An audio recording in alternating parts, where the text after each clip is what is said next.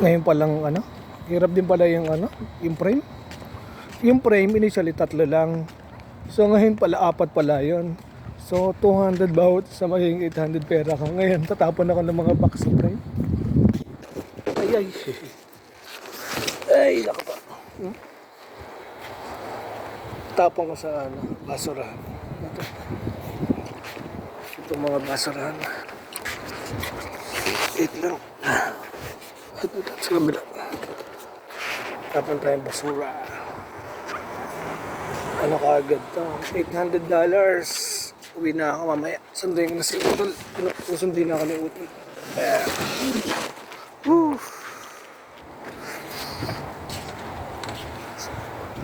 Alam, ang basura dito. Talagang basura.